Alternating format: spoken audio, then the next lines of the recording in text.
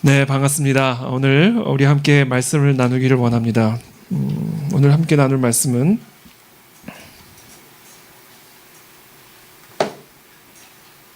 창세기 8장 1절부터 다소 긴 말씀인데요. 우리 한 절씩 교독하기를 원합니다. 8장 1절부터 9장 17절까지입니다. 창세기 8장 1절부터 9장 17절까지 한 절씩 저 여러분들이 교독하겠습니다. 빠른 속도로 한 절씩 교독하겠습니다. 하나님이 노아와 그와 함께 방주에 있는 모든 들짐승과 가축을 기억하사 하나님이 바람을 땅 위에 불게 하심에 물이 줄어들었고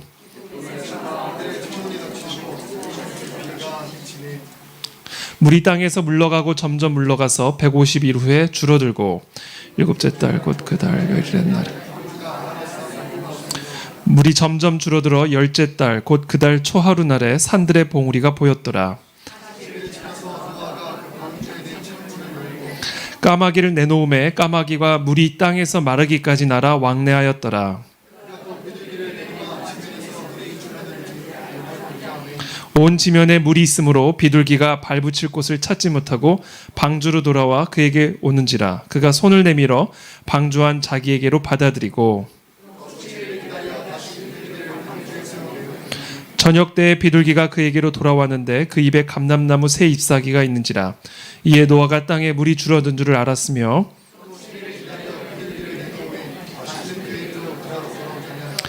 601년 첫째 달 곧 그 달 초하루 날에 땅 위에서 물이 거친지라. 노아가 방주 뚜껑을 제치고 본즉 지면에서 물이 거쳤더니 하나님이 노아에게 말씀하여 이르시되 너는 내 아내와 내 아들 너와 함께한 모든 혈육 있는 생물 곧 새와 가축과 땅에 기는 모든 것을 다 이끌어내라. 이것들이 땅에서 생육하고 땅에서 번성하리라 하시매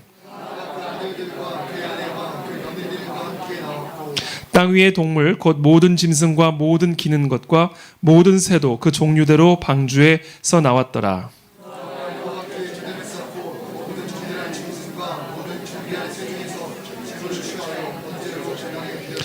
여호와께서 그 향기를 받으시고 그 중심에 이르시되 내가 다시는 사람으로 말미암아 땅을 저주하지 아니하리니 이는 사람의 마음이 계획하는 바가 어려서부터 악함이라. 내가 전에 행한 것 같이 모든 생물을 다시 멸하지 아니하리니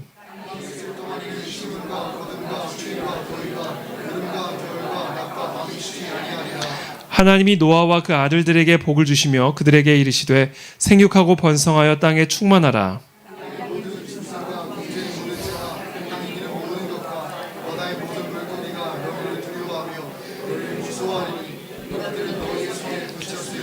모든 산 동물은 너희의 먹을 것이 될지라. 채소같이 내가 이것을 다 너희에게 주노라. 내가 반드시 너희의 피 곧 너희의 생명의 피를 찾으리니 짐승이면 그 짐승에게서 사람이나 사람의 형제면 그에게서 그의 생명을 찾으리라.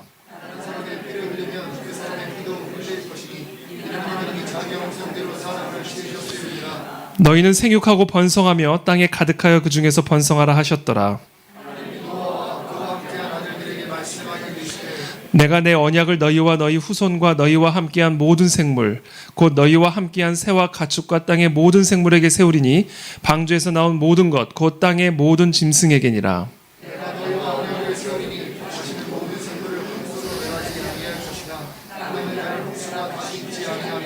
하나님이 이르시되 내가 나와 너희와 및 너희와 함께하는 모든 생물 사이에 대대로 영원히 세우는 언약의 증거는 이것이니라.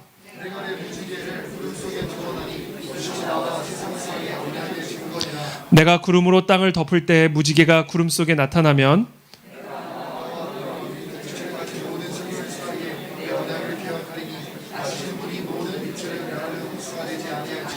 무지개가 구름 사이에 있으리니 내가 보고 나 하나님과 모든 육체를 가진 땅의 모든 생물 사이에 영원한 언약을 기억하리라. 하나님이 노아에게 또 이르시되 내가 나와 땅에 있는 모든 생물 사이에 세운 언약의 증거가 이것이라 하셨더라. 아멘.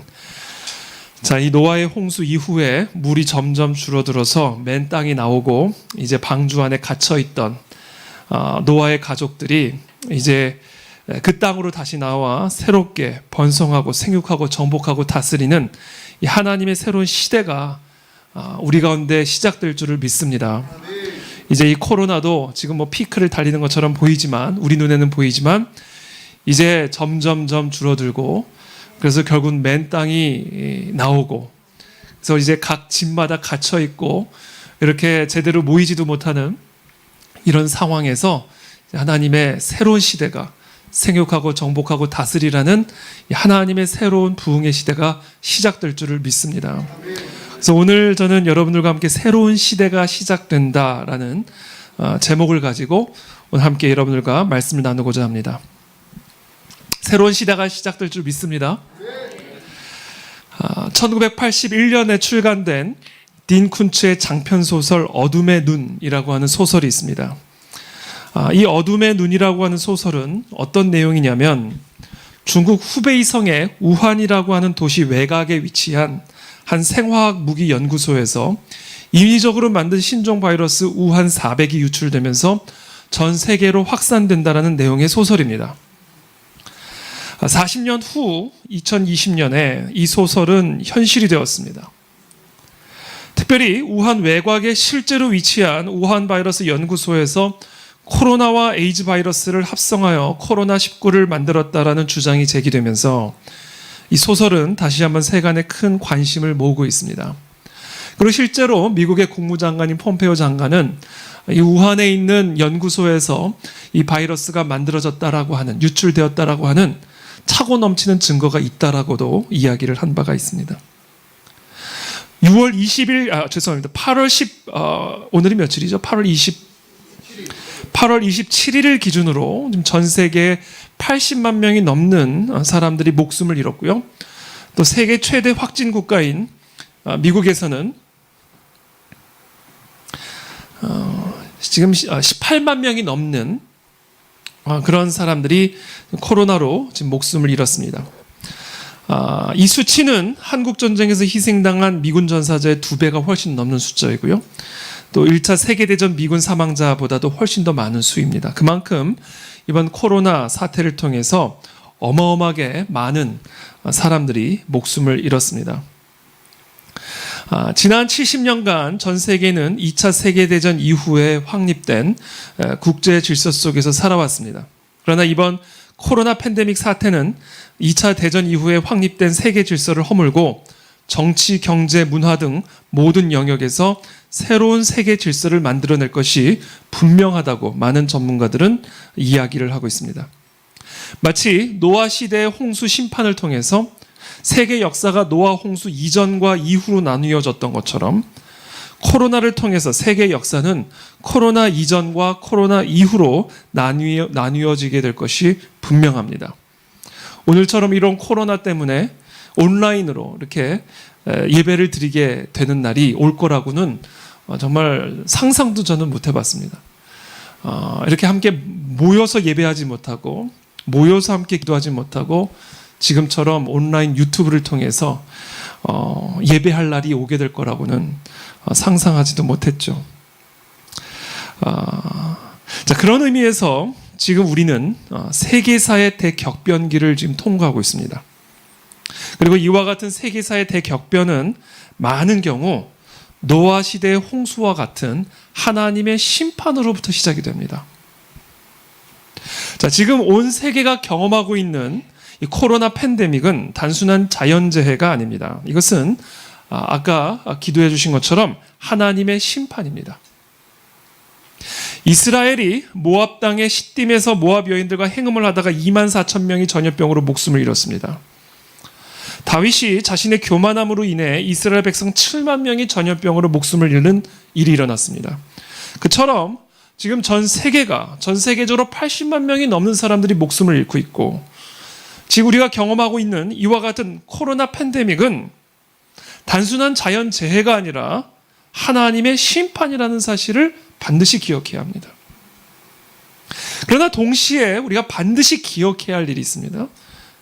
지금 우리가 경험하고 있는 이 상황이 하나님의 심판인 것은 분명하지만, 그러나 하나님의 심판은 언제나 동시에 하나님의 새로운 시작이다라는 거예요.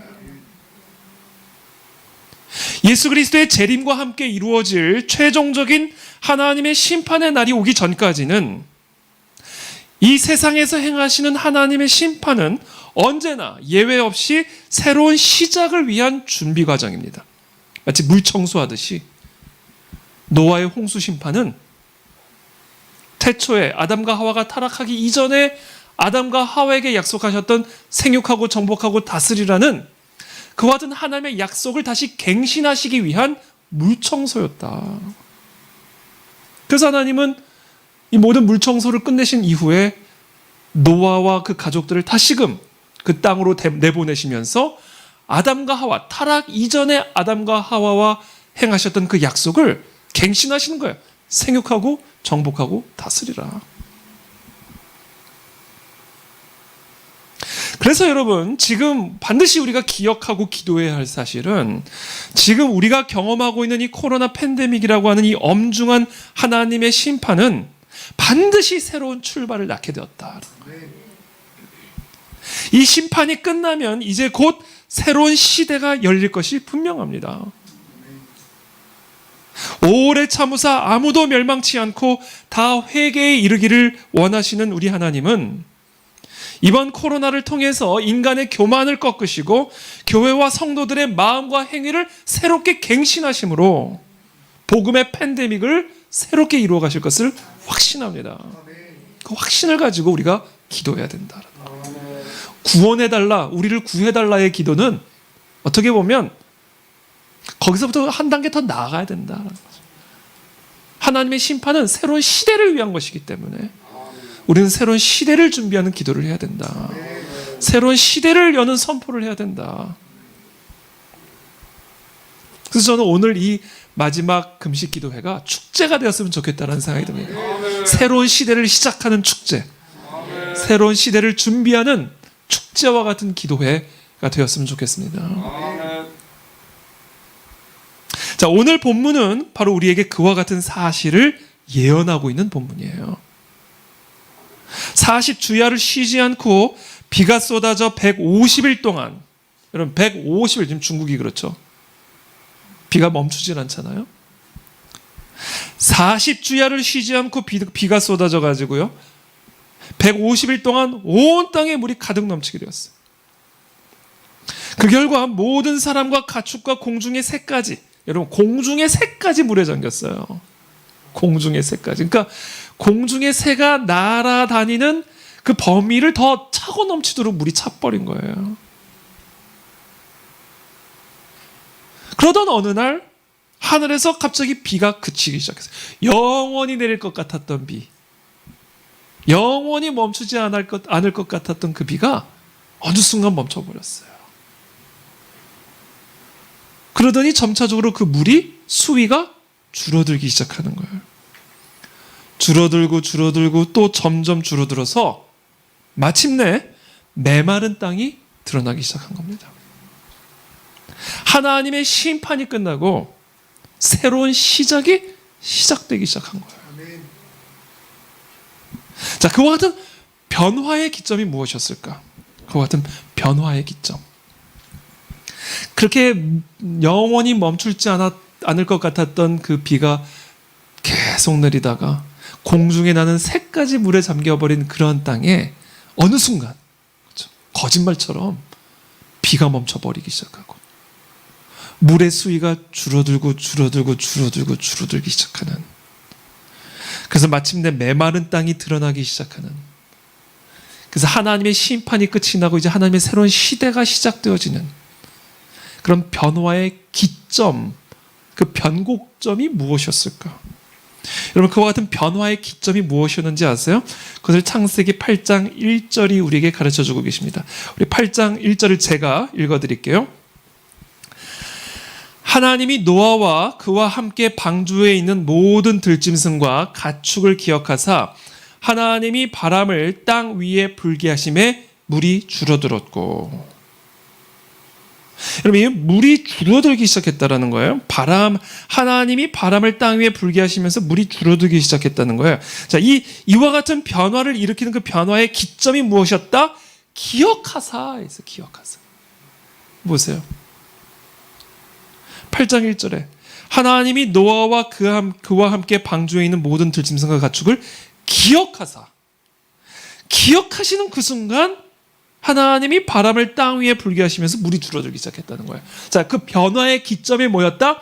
하나님이 기억하심으로부터 시작이 되었다. 자, 그러면 하나님께서는 그동안 노아와 노아의 가족이 지금 물 위에 떠 있다라는 사실을 잊고 계셨다라는 말인가?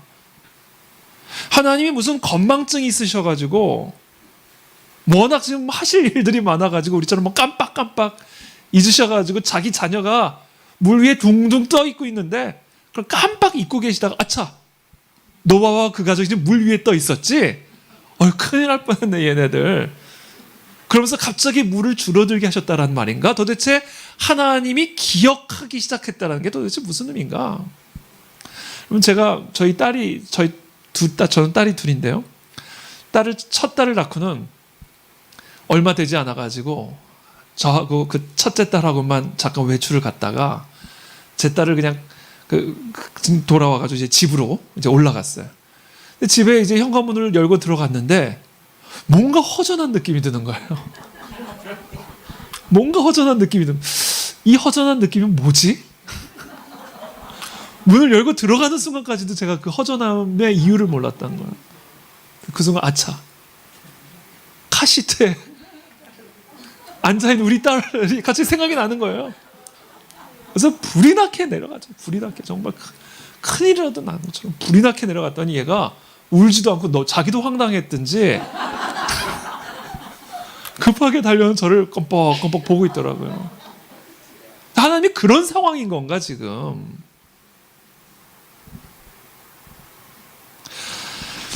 여러분, 하나님이 방주에 있는 노아와 그 가족을 기억하셨다라는 말씀은 이제 비로소 150일간의 홍수 심판을 끝내시고 새로운 시작을 위한 하나님의 주권적 개입이 시작됐음을 의미하는 거예요. 하나님의 새로운 시작이 시작됐음을 가르쳐주는 개념입니다. 자, 그렇다면 우리의 질문은 이거예요. 도대체 그렇다면 하나님은 언제 이 세상의 역사 속에 개입하셔서 이와 같은 주권적인 간섭을 시작하심으로 새로운 시대를 시작하시는가?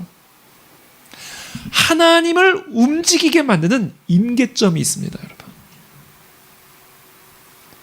마치 섭씨 100도라고 하는 임계점에 이르는 순간 물이 끓기 시작해서 액체가 기체로 변화되는 것처럼 하나님이 인간의 역사 속에 개입하셔서 놀라운 역사적 변혁을 일으키는 임계점이 있어요. 역사적 임계점. 아무 일도 일어날 것 같지 않았던 완전한 흑암의 절망 가운데 어느 순간 빛이 비추어지기 시작하는, 정말 공중에 새까지 물에 잠겨서 영원히 온 세상이 물에 잠길 것 같았던 그런 세상 속에 어느 순간 바람이 불고 물이 줄어들기 시작하는 새로운 시대를 여는 역사적 임계점이 있다라는 거예요.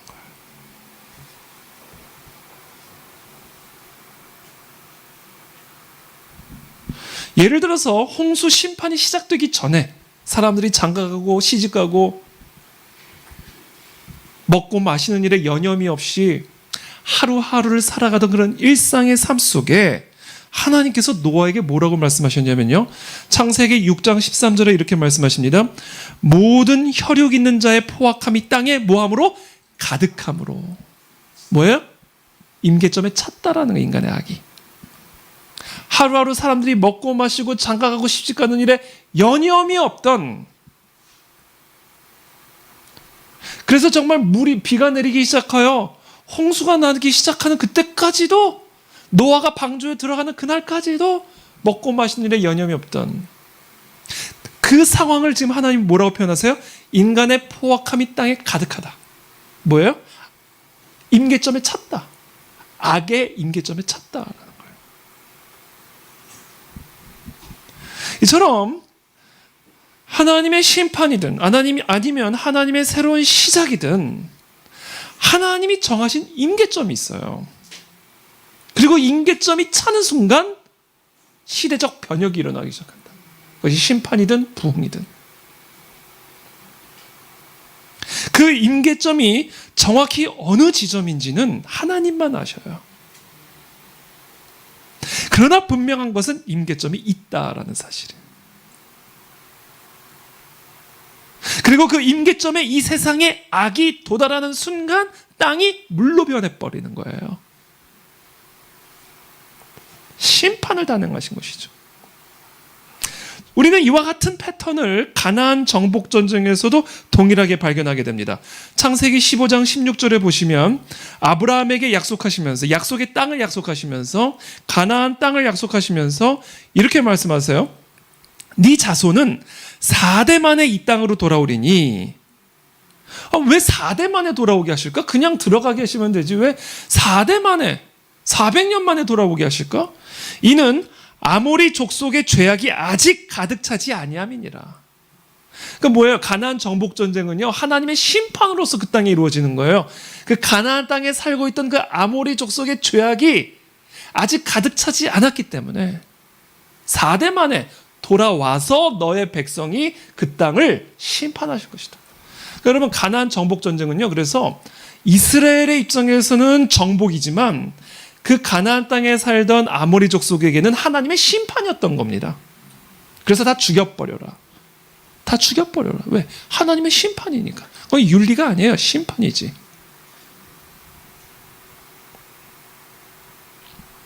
자, 이처럼 하나님이 이 세상의 역사 속에 개입하셔서 하나님의 일을 시작하기 위해서는 하나님이 정하신 때까지 상황이 무르익어야만 한다. 그것이 하나님이 기억하사의 의미예요. 뭘 잊어버리시는 게 아니에요. 여러분, 그래서 그때까지는, 그러니까 하나님이 정하신 그 임계점이 찰 때까지는 하나님이 아무 일도 안 하는 것처럼 보여요. 우리 기도를 전혀 듣고 계시지 않는 것처럼 보입니다. 우리의 기도가 다 헛수고인 것처럼 느껴져요. 우리의 모든 수고와 열정과 헌신이 아무런 효력이 없는 것처럼 보입니다. 언제까지요? 그 하나님의 임계점이 채워질 때까지는. 지금 노아의 가족은 엔진도 없는 나무 상자를 타고 그냥 물 위에 둥둥 떠다니고 있는데 하나님은 우리의 상황과 처지를 완전히 망각하고 계신 것처럼 느껴지는 거예요. 근데 여러분, 여러분들이 반드시 기억해야 합니다. 우리를 잊고 계신 게 아니에요. 하나님이 정하신 때를 기다리고 계시는 겁니다. 이 땅에 악을 방치하고 계시는 것이 아니에요. 지금 악을 채워가시는 중이에요. 하나님이 정하신 임계점까지 이 세상에 악이 채워져야만 하기 때문에 그때까지는 고요합니다. 악이 이기는 것처럼 보여요. 악이 영원히 갈 것처럼 보여요. 그리고 그 악 앞에 의인은 영원히 멸절될 것처럼 보이고요. 교회가 끊어질 것처럼 느껴져요. 그러나 여러분, 그 악이 그 하나님이 정하신 임계점에 도달하는 순간 하나님의 심판은 지체 없이 시작이 됩니다. 북한의 저 사교체제가 그렇게 망할 거예요. 대한민국의 정치, 경제, 언론, 사법, 교육, 종교 영역까지 깊숙이 뿌리 내려져 있는 친북, 종북 세력들도 다 그렇게 하나님의 심판을 받게 될 겁니다. 여러분, 그렇게 견고한 여리고성을 6바퀴 돌 때까지도 아무 일이 안 일어나잖아요. 근데 하나님이 정하신 임계점 7바퀴째를 도는 순간 거짓말처럼 모래성처럼 무너져 버리잖아요. 그러니까 하나님의 역사라는 게 역사 속에서 그렇게 일어나는 거예요. 우리 이걸 기억해야 돼. 이게 하나님이 기억하사에 담겨져 있는 의미다.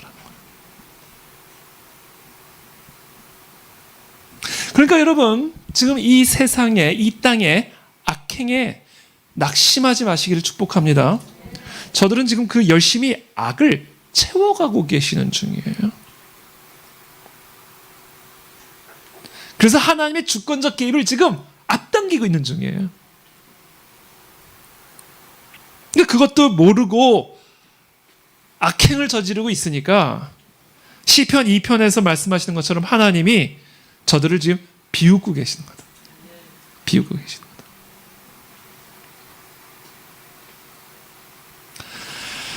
거다. 그래서 여러분, 공의의 하나님은 이 세상과 인간의 죄악을 반드시 심판하실 거예요. 그러나 임계점까지는 기다리십니다. 그 시간은 인내의 시간이에요. 기다리시는 시간이고 채워가시는 시간입니다. 자, 이 세상의 역사 속에, 지금까지 말씀드린 걸 다시 한번 정리할게요. 이 세상의 역사 속에 하나님의 개입이 시작되기 위해서는 이 세상의 악이 하나님이 정하신 임계점까지 차야 합니다.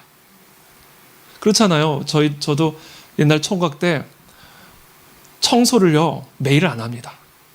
임계점이 찰 때까지 기다려요. 이건 도저히 사람이 살 수 없는 곳이다. 그때 한번 싹 정리하시는 거죠. 정리해버리는 거예요. 여러분, 매일 정리를 하면요, 매일 심판하시면 누가 살아남아요? 회개할 기회도 좀 주고, 돌이킬 수 있는 시간적 여유도 주고. 그러니까 지금 하나님은요, 채워가시는 중이다. 돌이키기를 기다리시는 시간이다. 그러나 돌이키기를 거부하면 지치 없는 하나님의 심판이 시작된다. 근데 여러분, 이 하나님의 역사적 개입이 시작되기 위해서 이 세상의 악이 하나님이 정하신 임계점까지 차야 되는데, 그와 동시에 채워져야 할 것이 하나 더 있습니다. 하나님의 손에는 두 개의 온도계가 쥐어져 있다라고 생각이 됩니다. 하나는 이 세상의 악의 임계점을 재는 온도, 또 다른 온도계는 무엇을 재는 온도계인지 아세요? 이 땅에 사는 성도들의 부르짖음을 재는 온도입니다. 부르짖음의 채움이 일어나요.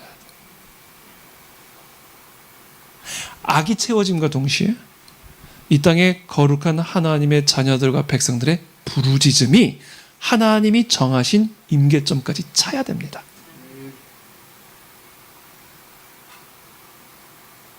이 세상의 악과 함께, 이 세상에 있는 성도들의 기도가 함께 그 임계점을 채워가야 돼요.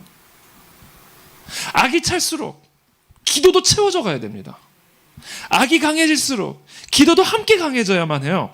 자, 악은 차고 있는데 기도가 차지 않는다면 그만큼 하나님의 개입은 늦춰질 수밖에 없어요. 왜? 이 두 개의 종류의 임계점이 함께 채워져야 되기 때문에 그래요. 그래서 우리가 이 시간에 온라인을 통해 모이지 못하는 이런 상황 속에서도 우리가 이 온라인을 통해서 함께 모이는 거예요. 그래서 함께 때를 얻든지 못 얻든지 우리의 각자의 처소에서 이와 같은 악이 채워져 갈수록 우리의 기도를 함께 지금 채워가고 있는 중이다라는 겁니다. 저는 아까 여기 앞에서 기도하는 가운데 기도하면서 아마 대한민국만 따졌을 때 어쩌면 전 세계일 수도 있어요.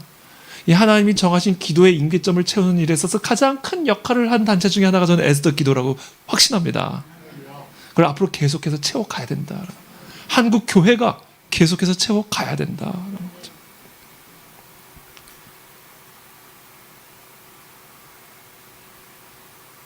에스겔서 36장 35절부터 보면요, 이런 말씀이 있습니다. 사람이 이르기를 이 땅이 황폐하더니 이제는 에덴 동산같이 되었고, 자, 이 황폐했던 이 땅이 에덴 동산같이 되었고, 환상입니다. 약속이에요. 황량하고 적막하고 무너진 성읍들의 성벽과 주민이 있다리니, 그러니까 하나님의 심판으로 말미암아 이 이스라엘의 악이 임계점에 차는 순간 하나님의 심판으로 말미암아 에덴 동산 같은 땅이 황폐한 땅이 되었었는데, 황량하고 적막하여 무너진 성읍이었는데 어느 순간 그 황폐한 땅이 이제 다시 에덴 동산같이 되고, 황량하고 적막하고 무너졌던 성읍과 성벽에 다시 주민이 있다 하리니, 너희 사방에 남은 이방 사람이 나 여호와가 무너진 곳을 건축하며 황폐한 자리에 심은 줄을 알리라. 나 여호와가 말하였으니 이루리라. 이와 같은 새로운 시대가 새롭게 시작이 될 것이다. 주 여호와께서 이와 같이 말씀하셨느니라. 그러면서 얘기해. 그래도 분명히 내가 이와 같이 약속함에도 불구하고 그래도 이스라엘 족속이 이같이 자기들에게 이루어주기를 내게 구하여야 할지라. 그래도 구해야 된다.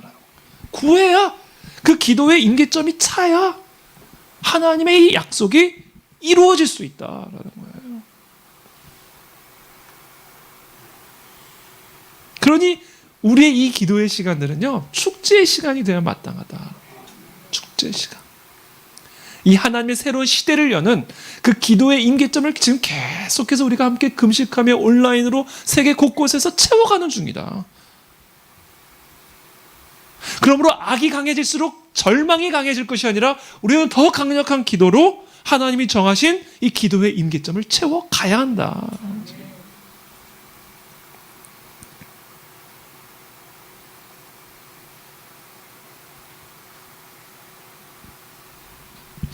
출애굽기 보면 이런 말씀이 있어요. 여러 해 후에 애굽 왕은 죽었고 이스라엘 자손은 고된 노동으로 말미암아 탄식하며 부르짖으니 고된 노동으로 말미암아 탄식하여 부르짖으니. 자, 애굽의 악이 강해질수록, 그래서 이스라엘 백성들의 고된 노동과 탄식이 강해질수록 그것으로 말미암아 탄식하여 부르짖었다. 애굽의 악이 강해질수록, 그래서 이 이스라엘 백성들의 고통과 탄식이 강해질수록 이들의 기도와 부르짖음도 강해졌다. 그때 그 고된 노동으로 말미암아 부르짖는 소리가 하나님께 상달된지라. 그리고는 계속해서 뭐라고 기록하는지 아세요? 출애굽기 2장 24절에 하나님이 그들의 고통 소리를 들으시고 하나님이 아브라함과 이삭과 야곱에게 세운 그의 언약을 뭐하사? 기억하사. 그래서 기억하사가 나오는 거예요. 무슨 얘기예요? 찾다.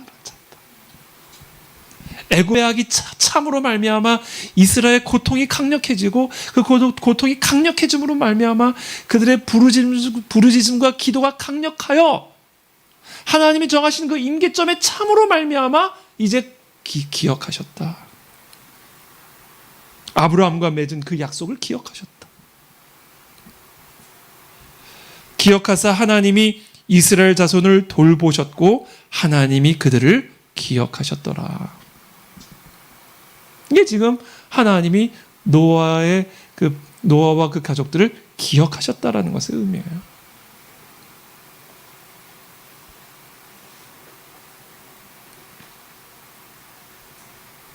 그리고 나서 바로 이어서 출애굽기 3장에 모세 소명 사건이 일어나는 거예요. 하나님 모세를 부르시잖아요. 기억하시고는. 이스라엘의 역사 속에서, 그 이스라엘의 말할 수 없는 수치스러운 역사 속에서 하나님의 주권적 개입이 시작이 되는 겁니다. 모세를 불러내심으로. 저는 이와 같은 동일한 역사가 지금 이 순간 이 자리에서 일어나고 있다고 저는 확신합니다. 여러분, 이 그림을 갖고 우리가 기도를 해야 돼요. 이 그림을 갖고. 근데 그것을 알려주는 사인이 있어요. 하나님이 지금 우리를 기억하사 이스라엘 백성들을 돌보셨다라고 말씀하시는데, 하나님이 우리를 기억하사 하나님이 하나님의 새로운 시대를 시작한다라는 그 사실을, 그 소식을 우리에게 깨우쳐 주시는 사인이 있어요. 하나님이 이제 기억하시는구나. 이제 새로운 시대가 열리는구나. 라는 것을 우리에게 가르쳐 주고 계시는 사인, 신호가 있어요. 그게 뭔지 아세요? 불이에요. 불. 우리의 심령에 불이 붙어요. 하나님이 우리의 기도를 들으시고 우리를 기억하사 돌보기 시작함으로 하나님의 새로운 시대가 이제 시작이 된다라는 것을 가르쳐 주시는 사인이에요. 저는 오늘 이 밤에 우리가 함께 금식하며 기도할 때 우리의 심령에 불이 붙는 역사가 일어나게 되기를 축복합니다. 우리 온라인을 통해서 함께 예배에 참여한 우리 모든 성도들이 이 온라인을 통하여 성령의 거룩한 불이 그들의 심령에 붙게 되기를 축복합니다. 이것이 하나님이 이제 우리의 기도가 임계점에 차고 우리를 기억하사 하나님의 새로운 시대를 시작하셨구나라는 사실을 깨우쳐 주시는 신호고 사인이에요. 모세 보세요. 하나님 모세를 불러내시죠. 이스라엘 백성들 기억하시고 이들을 돌보시기 위해서 아브라함과 맺은 그 언약을 성취하여 4대 만에 다시 이스라엘 백성들이 그 가나안 땅에 들어가게 하시기 위하여 하나님이 모세를 불러내신다면 뭐 하세요? 불러내실 때 어떻게 하세요? 출애굽기 3장 1절부터 모세가 그의 장인 미디안 제사장 이드로의 양떼를 치더니 그떼를 광야 서쪽으로 인도하여 하나님의 산 호렙에 이르매 여호와의 사자가 떨기나무 가운데서 나오는 뭐에서요? 불꽃 안에서 그에게 나타나시니라. 여러분, 하나님이 우리 가운데 일을 하기 시작하실 때 나타나는 가장 분명한 표지, 사인, 신호, 불이 붙어요. 우리의 설교에 불이 붙기 시작해요. 우리 기도에 불이 붙기 시작합니다. 우리의 사랑과 섬김에 불이 붙기 시작하고 우리의 교회에 불이 붙기 시작해요. 바로 이 불이 하나님께서 우리 가운데 들어오셔서 새로운 시작을 시작하셨음을 알려주는 신호탄이에요. 신호탄.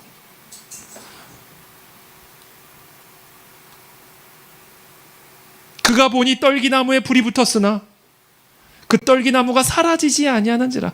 그러면 나무에 불이 붙었는데 나무가 사라지질 않아요. 종이에 불이 붙으면요, 종이가 사라집니다. 재가 돼요. 어찌된 일인지 이 떨기나무에 불이 붙었는데 이 떨기나무가 사라지질 않아요. 이게 뭐예요? 이 땅에 속한 불이 아닌 거예요. 사람에게서 나오는 불이 아닌 거예요. 하늘에서부터 내려오는 불인 거예요. 그러니까 불의 모양은 같으나 본질이 다른 거예요. 속성이 다른 거예요. 이것은 사람 안에서 나오는 불도 아니요, 이 세상에서 가져올 수 있는 불이 아니라 하늘로부터 내려온 불이에요. 이 불이 우리의 심령마다 붙기 시작한다. 그 불이 붙으면 우리는 알아야 돼. 아, 드디어 하나님이 새로운 시대를 여시기 시작하셨구나. 그 불이 붙을 때까지 우리는 그 임계점을 채워가야 된다. 그래서 엘리야가 구름이 올 때까지, 구름이 뜰 때까지 기도하는 것처럼 손바닥만한 구름이 떠오르는 순간 이제 됐다 한 것처럼, 여러분, 그 불의 사이즈가 중요한 게 아니에요. 그 불의 본질이 하늘로부터 온 거면 그걸로 된 거예요. 한 사람에게 붙어도 되는 거예요. 그거는 하늘에서부터 내려오는 불이기 때문에 그래요. 그게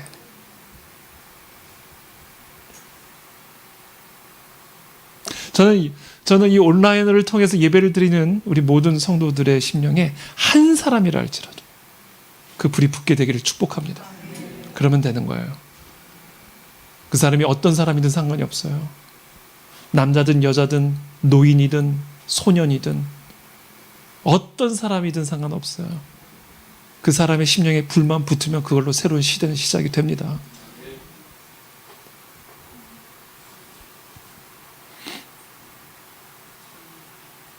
하나님은 그래서 언제나 우리가 기억해야 돼요. 불로써 임하셔요. 우리 하나님은 불이세요. 불. 그럼 보세요. 신명기 4장 36절에 보면 여호와께서 너를 교훈하시려고 하늘에서부터 그 음성을 너로 듣게 하시며 땅에서는 큰 불을 되게 보이시고 너로 불 가운데서 나오는 그 말씀을 듣게 하셨느니라. 자, 불에서부터 말씀이 나와요. 왜요? 하나님이 불로써 나타나시는 겁니다.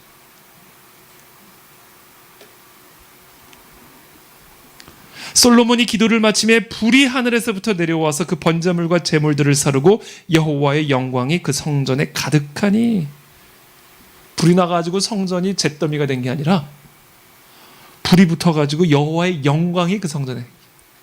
왜? 불이 하나님이에요. 그래서 여러분, 교회를 다녀보거나 또 집회를 다녀보거나 하면요, 불이 붙어 있는 모임이 있고 불이 붙어 있지 않는 모임들이 있거든요. 그래서 정말 우리가 기도해야 되는 건 그냥 허공에다 그냥 기도할 것이 아니라, 하나님, 내가 기도하는 가운데 이 기도에 위로부터 임하는 불이 붙게 도와주십시오. 우리의 공동체 안에 심령 속에 불이 붙는 역사가 일어나게 도와주십시오.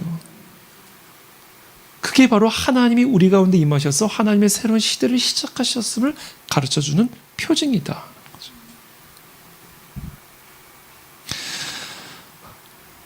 그러니까 우리가 지금 다른 것을 구할 필요가 없어요. 하나님이 다 하셔요. 어차피 하나님이 하실 거 아니에요. 우리가 기도한다고 하나님이 하고 기도를 안 한다고 하나님이 안 하시겠어요? 하나님이 하시는 일이에요. 모든 전쟁은 여호와께 속한 것이기 때문에 악을 심판하시는 일도 하나님이 하실 일이요, 악을 심판하시고 새로운 시대를 여시는 것도 하나님이 하실 일이에요. 그러니까 우리가 구해야 할 단 한 가지, 하나님이 불로써 우리 가운데 임하시기를 구해야 된다라는 거예요. 이게 바로 우리가 집중하여 부르짖고 간구하고 기도해야 할 것이다. 저는 오늘 이 온라인 집회를 마치고 돌아가시는 여러분들의 모든 심령 속에 그 불이 붙어서 돌아가는 은혜가 있게 되기를 축복합니다. 여러분, 역사를 한번 돌아보세요. 1517년 16세기 마틴 루터의 심령에 불이 붙으면서 죽음을 두려워하지 않고 비텐베르크 그 성당의 문에 59개 반박문을 붙이고 싸우는 거 아니에요. 불이 붙은 거예요. 불이 붙은 거예요. 그 불이 붙어서 하는 행동은요, 반드시 하나님의 열매를 맺게 합니다. 여러분, 객기와 하나님의 역사는 객기가 아니에요. 이거는요. 겉으로 보면 야, 저 죽으려고 환장을 했구나. 아주 그냥 죽으려고 애를 쓰는구나. 저 완전 객기를 부리는구나. 겉으로는 그렇게 보일 수 있어요. 그러나 그 불에, 심령의 중심에 하나님의 불이 붙어서 하는 그 행동은요, 무조건적으로 반드시 하나님의 역사를 시작하고 일으키게 되어 있습니다. 여러분, 그래서 우리가 뭘 하기 전에 먼저 불이 붙어야 돼요. 그리고 그 불이 이끄는 대로 하면 됩니다. 불이 이끄는 대로. 그러면 어떤 위험도 뚫고 나갈 수가 있고요, 어떤 도전도 뚫고 나갈 수가 있어요. 왜? 하나님의 불이기 때문에, 그리고 그 불이 이끄는 것이기 때문에 사람이 막을 수가 없어요. 이게 역사를 바꾼 하나님의 사람들에게서 나타나는 가장 중요한 특징이에요. 골방에서 하나님의 기도와 말씀으로 전념하는 가운데 하늘에서 불이 붙은 거예요. 모세가 그랬죠. 아니, 애굽의 바로에게로 돌아가가지고 Let my people go. 이거 객기죠. 안 그렇습니까, 여러분? 이스라엘 백성들이 다 자기 노예들인데 그렇게 광야에서 양이나 치던 목동이 갑자기 나와가지고 우리 민족 가게 해달라. 이건 객기죠. 그러나 그 불이 이끌어서 순종할 때 애굽의 군대를 소멸시켜 버리잖아요. 18세기 초 조지 휘필드와 조나단 에드워즈의 심령의 불이 붙잖아요. 아니, 조나단 에드워즈, 조지 휘필드, 뭐 대단한 사람이 다 똑같죠. 근데 그들의 심령에 어느 날 불이 붙으면서 놀라운 영적 대각성이 일어나잖아요. 여러분, 서구의 현대 문명사를, 지금 미국의 이 건국사를 여러분 제1차 영적 대각성 운동을 이야기하지 않고 이야기할 수 있습니까? 이야기 못해요. 지금 그래도 미국이 저렇게 버틸 수 있는 이유, 그래도 지금 저런 상황에서도 미국의 교회가 살아서 미국을 지금도 지탱할 수 있는 그 힘이 어디서부터 시작이 됐는가? 1차 영적 대각성 운동이에요. 1차 영적 대각성 운동 없이 미국의 건국은 있을 수도 없어요. 미국의 시작의 뿌리가 영적 각성 운동에 있었고, 그 영적 각성 운동의 뿌리가 한 사람에게 임한 그 불에 있었다.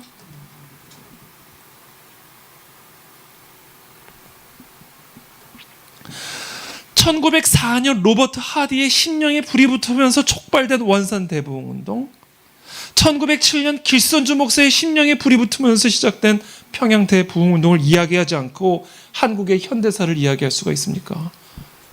한국의 소망이 있는 이유가 여기에 있어요. 한국의 현대사의 뿌리가 유교에 있는 게 아니라 불교에 있는 게 아니라 이 1904년, 1907년 이 한 사람의 심령에 불이 붙었던 그 불에 이 나라 이민족의 뿌리가 있기 때문에 결국에는 북한도 변해요. 결국에는 하나님이 이 선교사들을 통하여, 이 하나님의 종들을 통하여 그 불을 대한민국이라는 나라가 시작되기 전에 뿌려놓으셨기 때문에, 여러분, 팥을 심었으면 팥이 나와요. 중간에 뭐가 조금 병도 들고 벌레가 와서 공격도 하고 이게 살 수 있을까 어떨까 해도 하나님이 팥을 심으셨기 때문에, 하나님이 콩을 심으셨기 때문에 우여곡절 끝에 결국에는 콩이 나오게 돼 있어요. 그래서 저 북한은 반드시 변화되게 되어 있습니다. 대한민국은 반드시 변화되게 되어 있어요. 이 나라 이 민족의 뿌리가 한 사람에게 임했던 그 불에 있기 때문에 그래요.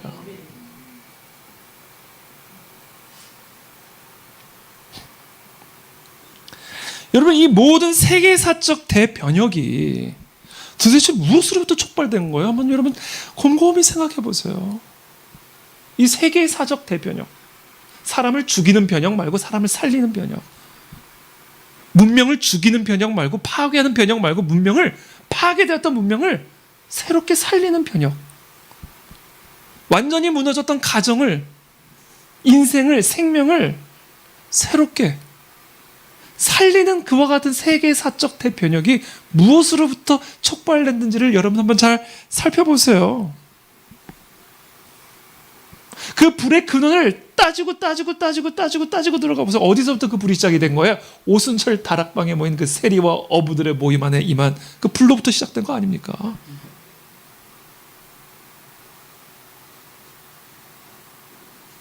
그 불이, 그 오순절 다락방에 임했던 그 불이 사도들에게 전파되고 초대 교회에게 전파되고 사도 바울에게 전파되고, 그것이 그 불똥이 역사적으로 띄엄띄엄 붙으면서 이 조선, 이 우상으로 점철된 이 조선 땅에까지도 그 불똥이 떨어진 거예요.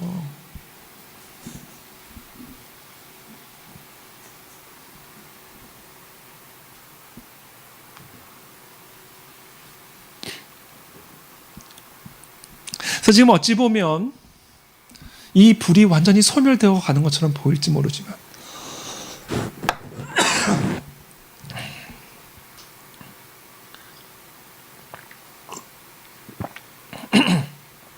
또는 이 불을 끄려고 하는 강력한 세력들이 이 불을 꺼버리려고 하는 것처럼 보이지만, 그래서 이 신락같이 남은 불씨조차 지켜내는 것이 너무 버겁게 느껴질지는 모르지만,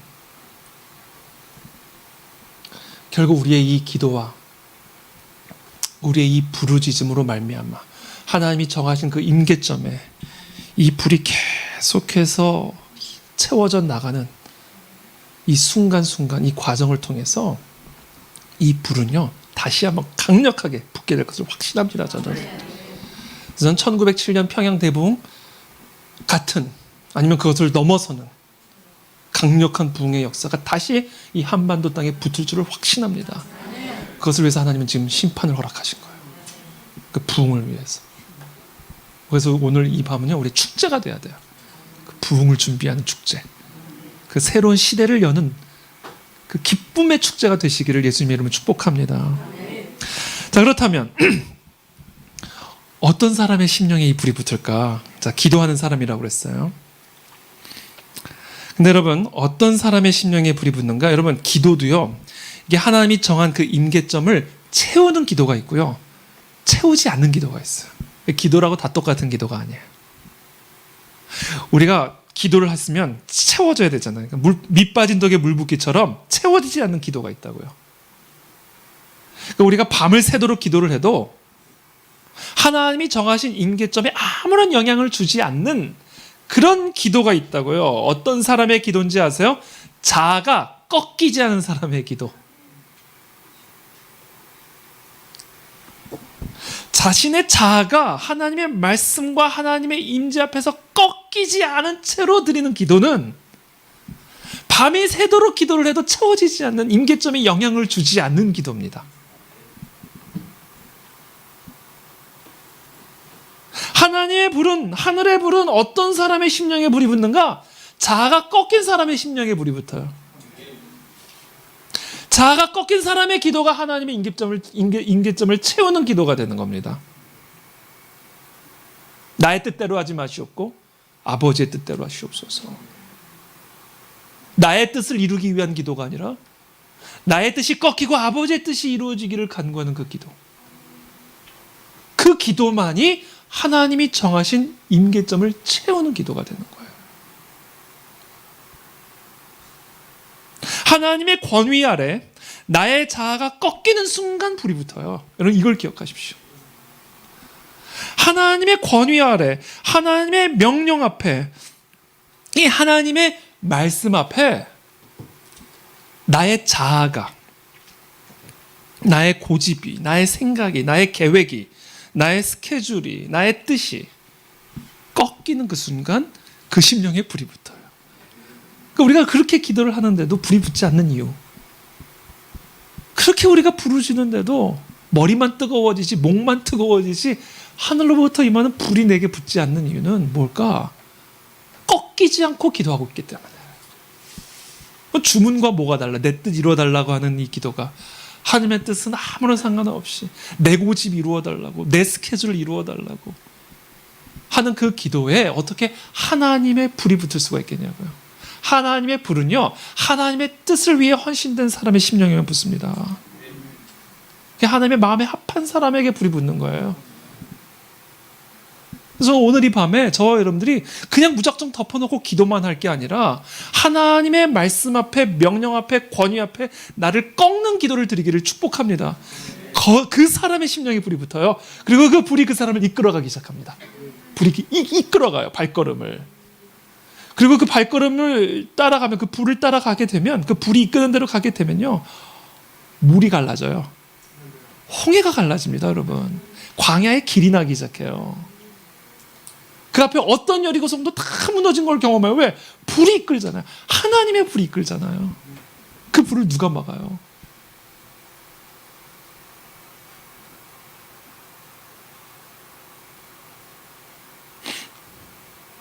여러분, 인간의 학식에 하나님의 불이 붙는 게 아니라 인간의 학식이 꺾일 때 하나님의 말씀 앞에, 그때 그 사람의 학식에도 불이 붙어요. 하나님이 학식을 안 쓰는 건 아니에요. 그러나 그 학식이 꺾여야 그 학식을 쓰십니다. 세상적인 직위에 하나님의 불이 절대로 안 붙어요. 하나님이 쓰신 사람들 보세요. 직위 가지고 쓰셨나? 있던 직위도 내려놓고 쓰시잖아요. 모세처럼, 바울처럼.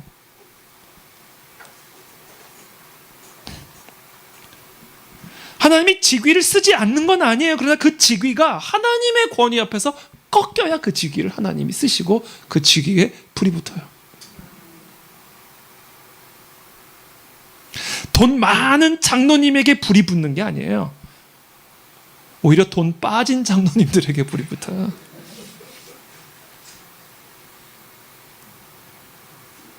세상의 재력이나 세상의 권력에 하나님의 불이 붙는 게 하나님이 그게 필요한 게 아니기 때문에 이 하나님의 불은 그것이 무엇이든 그 사람이 누구든 꺾여야 붙는 불입니다. 그래서 여러분, 불이 붙기 전에는요, 먼저 뭐가 일어난다? 꺾이는 일이 일어나요. 그래서 하나님이 이와 같은 심판을 통하여 한국 교회를 지금 꺾고 계시는 거죠. 이 땅의 성도들을 지금 꺾고 계시는 거예요. 하나님의 불을 붙이기 위해. 그래서 새로운 시대를 시작하시기 위해. 이것이 코로나 팬데믹이 담고 있는 하나님의 메시지다. 그리고 그것을 위해 오늘 이 자리에 우리가 금식하며 모인 것이다. 우리가 그러므로 오늘 금식하는 가운데 꺾이는 은혜가 있게 되기를 축복합니다. 모세의 불이 언제 붙어요? 그 혈기가 꺾인 다음에 붙죠. 사울의 불이 언제 붙어요? 사울이 꺾일 때, 다메섹 도상에서 꺾일 때 바울이 되는 불이 붙죠.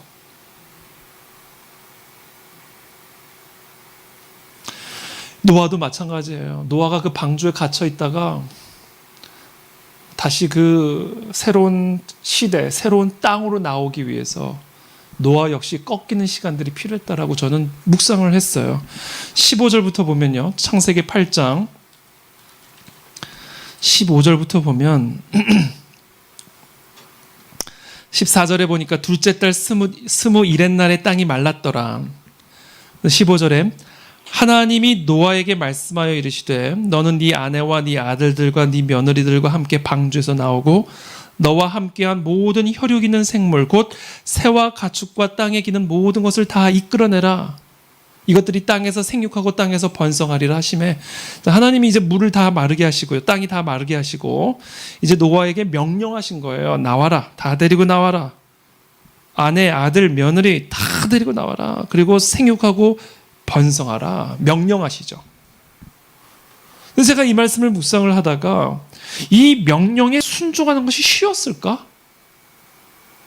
우리가 얼핏 생각하기에는 방주에 갇혀 있다가 야, 드디어 새로운 땅으로 나간다 하고 기쁘게 나왔을까? 이 명령이 노아와 그 가족들에게는 쉬운 일이었을까? 어려운 일이었을까?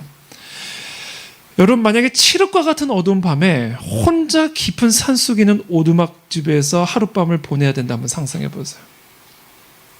어떨 것 같으세요? 제가 한번 어렸을 때, 아주 어렸을 때 초등학생으로 기억이 되는데 제가 한번 꿈을 꾼 일이 있어요. 밤에 꿈을 꾸고 이거 악몽처럼 화들짝 놀라서 깬 일이 있는데, 그날 제가 어떤 꿈을 꿨냐면 지금도 생생해요. 제가 꿈에서 이제 자고 일어나는데 아침에 밖에 나가는데 온 세상에 아무도 없어진 거야.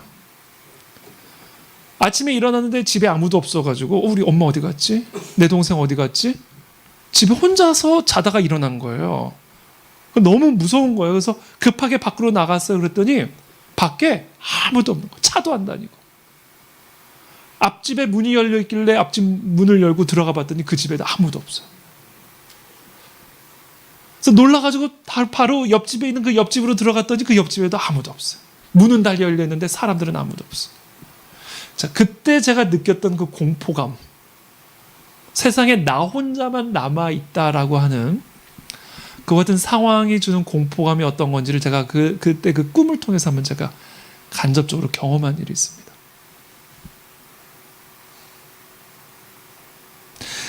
지금 노아 가족 혼자만 남아있는 거예요. 온 세상에. 엄밀하게 말하면 혼자가 아니죠. 시체로 가득하죠. 익사당한 시체들. 사람만 죽었습니까? 온 모든 동물들까지 다 죽었잖아요. 여러분, 그 세상 속으로 나간다는 게 이게 쉬운 일이었을까? 제 생각에는 오히려 방주가 좋았을 것 같아요. 생각해보세요, 여러분. 익사당한 사람이 천지에 깔려있는 그 세상 속에 가족들을 데리고 나간다는 게 이게 얼마나 공포스러운 일이며, 어디서부터 뭐를 먹고 살아요? 그렇잖아요, 여러분. 어디서 밭을 갈기 시작하고 어디서부터 어떻게 시작을 해야 되는 거예요? 그러니까 그런 세상 속으로 들어간다라는 게요, 이게 보통 어려운 일이 아니에요. 그러니까 저는 나가서 생육하고 정복하고 다스리라는 이 하나님의 명령이 저는 절대로 이 노아의 입장에서 순종하기 쉬운 명령이 아니었을 것이다. 근데 그 명령에 순종을 해야만 생육하고 정복하고 다스릴 수가 있었다라는. 자, 여기서 우리는 한 가지를 배웁니다. 모든 위기의 돌파구는, 하나님의 새로운 시작은 나의 자아가 꺾이고 나의 뜻이 아니라 하나님의 뜻에 순종하는 바로 그 지점에서 불이 붙는다라는 사실을 꼭 기억하셔야 돼요. 거기서부터 생육하고 정복하고 다스리게 되는 새로운 시작이 열린다라는 사실을 모두가 기억해야 됩니다. 이거는 국가적으로도 마찬가지고 개인적인 삶에서도 마찬가지예요. 지금 그러므로 지금 저와 여러분들이 어떤 상황, 개인적으로 어떤 상황에 있든지 저와 여러분들이 뭐를 물어야 되냐면, 하나님, 내가 뭐를 하기를 원하십니까? 하나님의 뜻이 무엇인지를 물으셔야 돼요.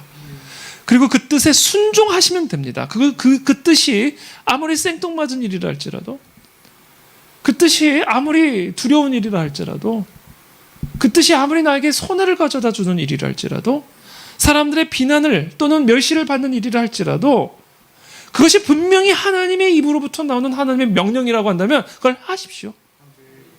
거기에 불이 붙어요. 그리고 그와 같은 불을 통해 하나님의 새로운 시대가 우리 가운데 시작이 될 수 있다.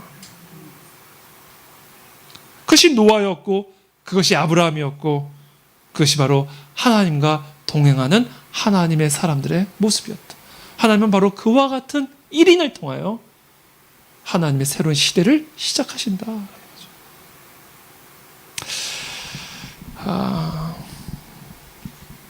이제 말씀을 맺겠습니다. 저희도 금식 기도를 합니다. 저희 교회는 1년에 3차례 3일 금식 기도회를 하는데, 2월에 3일, 그 다음에 6월에 3일 동안 하고요. 이제 우리 10월에 3일 동안 금식 기도를 하는데, 그 금식 기도회 이름이 에스더 금식 기도회예요. 에스더 금식 기도. 저 여러분들은 뗄래야 뗄 수 없는 관계입니다. 에스더 금식. 그래서 이용희 교수님 몇 번 모시려고 그랬는데 교수님이 그때마다 일정이 있으셔가지고 다음 기회에 꼭 이 온라인으로 보고 계신다고 그랬으니까 꼭 와주세요, 교수님. 꼭 모시고 싶은데 지난 6월에 저희가 그 에스더 금식기도회 3일 동안 우리 전 교인이 형편에 따라 뭐 하루에 한 끼 하시는 분들도 있었고 3일 내내 하시는 분들도 있었고, 근데 그때 하나님이 저에게 개인적으로 주셨던 메시지, 제 개인적으로 하나님께서 명령하신 것이 있어요. 그 3일 금식 기도회 때 하나님이 저에게 개인적으로 명령하신 게 있었습니다. 그 명령이 뭐냐면 다음 세대를 키워야, 다음 세대를 키워야 된다 명령이었어요. 노아와 그 다음 세대가 결국은 생육하고 정복하고 다음 세대가 없잖아요. 다 죽어버렸잖아요. 심판받았잖아요. 있으나 없으나 쓸모가 없었기 때문에 씻어버린 거예요. 근데 노아에게 있어서 가장 중요한 사명이요, 그래서 생육해야 돼. 생육. 다음 세대를 일으켜야만 했다. 그러니까 하나님이 그때 저에게 그 에스더 금식 기도회를 통해서 제게 명령하신 것이 다음 세대를 키우는 일에 헌신하라. 그리고 그 다음 세대를 통해서 새로운 시대가 시작이 될 수 있다라는 거예요.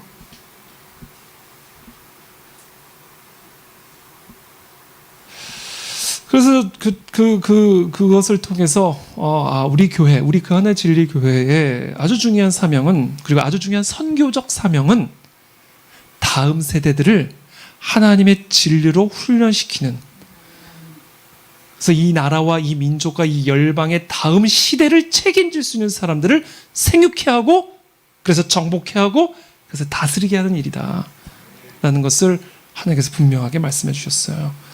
그리고 그 사명은 단지 저 개인적으로 또는 우리 교회에게만 주신 사명이 아니라 그것은 이 땅의 모든 하나님의 교회, 하나님의 백성들에게 주어지는 사명이라고 저는 확신합니다. 여러분, 다음 세대를 우리가 일으키지 않고 무슨 소망이 있겠습니까? 그래서 저는 오늘 이 밤에 우리가 이 다음 세대들을 위해서 기도해야 된다. 정말 이 자리에 10대, 20대, 30대 젊은 세대들이, 다음 세대를 이끌어갈 젊은 세대들이 가득 찬 그런 집회가 되고 공동체가 되도록 우리의 교회와 우리의 사역 안에 그와 같은 하나님의 역사가 일어나도록 우리가 기도해야 된다라는 거예요.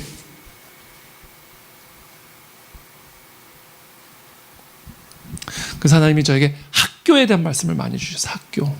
학교를 세우는 거. 지금 교육이 다 무너졌잖아요. 공교육이. 여러분, 공교육에는 저는 모르겠어요. 개인적으로 소망이 없다고 생각을 하는데,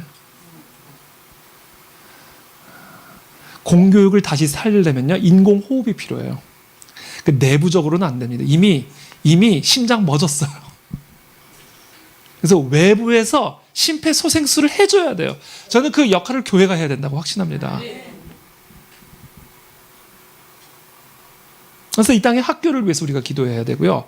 특별히 교회가 교육을 책임질 수 있도록 기도해야 합니다. 그냥 단순히 주일학교 와가지고 아이들 그냥 주일학교 주일 예배만 간신히 보고 돌아가게 하는, 간식으로 그나마 접촉시키는 그런 수준의 주일학교가 아니라 정말 군사로 무장시킬 수 있는 교육이 교회 안에서 이루어져야 돼요. 그래서 저는 우리 교회에 아주 중요한 선교적 사명이, 물론 우리가 일본도 돕고 캄보디아 선교도 돕고 다양한 나라의 선교도 돕지만, 저는 그것도 중요하지만 우리 그 안에 진리교회에게 주어진 1차적 사명은 대한민국 안에 있는 차세대들이다. 안 그러면요, 진짜 대한민국이 선교지가 됩니다. 여러분, 선교지를 만들어 놓고 선교를 하는 게 옳아요? 아니면 선교지가 되지 않도록 다음 세대들을 끊임없이 훈련시키고 양육하여 일으키는 게, 그게 더 중요한 선교가 되겠습니까, 여러분? 지금 우리가 그러한 상황 가운데 놓여져 있다. 또 한 가지는 금식 일수를 조금씩 늘려봐야 되겠다라는 도전을 주셨어요. 정말 듣고 싶지 않은 도전이었는데 제가 귀를 막으려고 했는데 하나님이 귀로 말씀하시는 게 아니니까 그걸 어떻게 막을 수가 없더라고요.